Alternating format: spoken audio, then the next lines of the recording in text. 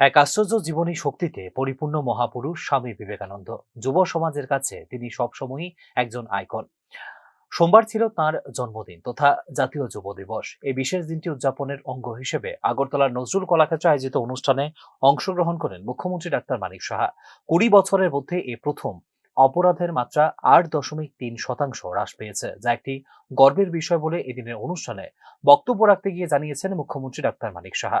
ফটিকরায়ের ঘটনায় এখনো পর্যন্ত ১০ জন গ্রেপ্তার হয়েছে বলেও এদিন জানিয়েছেন মুখ্যমন্ত্রী ডাক্তার মানিক সাহা। গত পরশুদিন বা এর আগের দিন আমাদের ডিজিপি একটা সাংবাদিক সম্মেলন করেছেন, এখানে আছেন সাংবাদিক বন্ধুরা, বলেছেন কি বলেছেন ২০ বছরের মধ্যে ত্রিপুরাতে ক্রাইম রেট এই প্রথম 8.2 বা 8.3 হ্রাস করেছে। এটা কি এমনিতেই হয়েছে? এটা আমাদের জন্য গর্বের বিষয়। তাহলে আগে ভারতবর্ষ ত্রিপুরাতে কি অবস্থাটা ছিল, কোন জায়গায় কখন যে কি হবে, এখনও গত পরশু দিনও আপনারা দেখেছেন, গত পরশু দিন সেই ফটিকরায়ে না গতকাল পরশু দিন ঘটনা হয়েছে।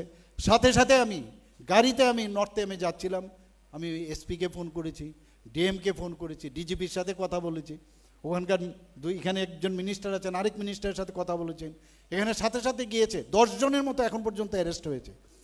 যে কোনো জায়গায় আমাদের সে আমার লোক হোক তার লোক হোক, এগুলো যায় আসে না।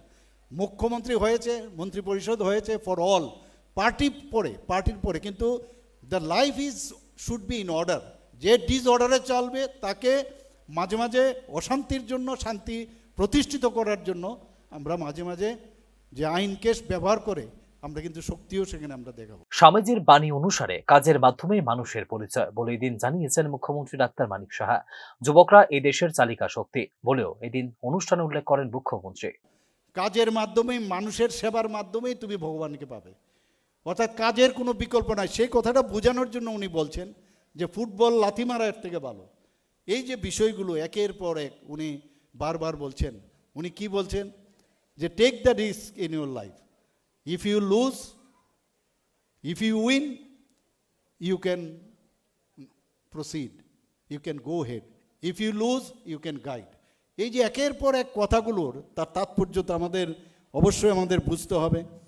এবং এই দেশের জন্য youth are the driving force in our country, এবং সেটাই কিন্তু মাননীয় প্রধানমন্ত্রীজি বলছেন। এবং নিজের উপর যে বিশ্বাস, সেই বিশ্বাস কিন্তু আসতে হবে। নতুন ত্রিপুরা এবং নতুন ভারত গড়তে স্বামীজির আদর্শে অনুপ্রাণিত হওয়ার ওপর এদিন সবচেয়ে বেশি গুরুত্ব আরোপ করেছেন মুখ্যমন্ত্রী ডাক্তার মানিক সাহা। নজরুল কলাক্ষেত্রে আয়োজিত এদিনের অনুষ্ঠানে উপস্থিত ছিলেন বিভিন্ন সামাজিক সংগঠন, কলেজ এবং শিক্ষা প্রতিষ্ঠানের যুবক যুবতীরা। Bureau report, news now.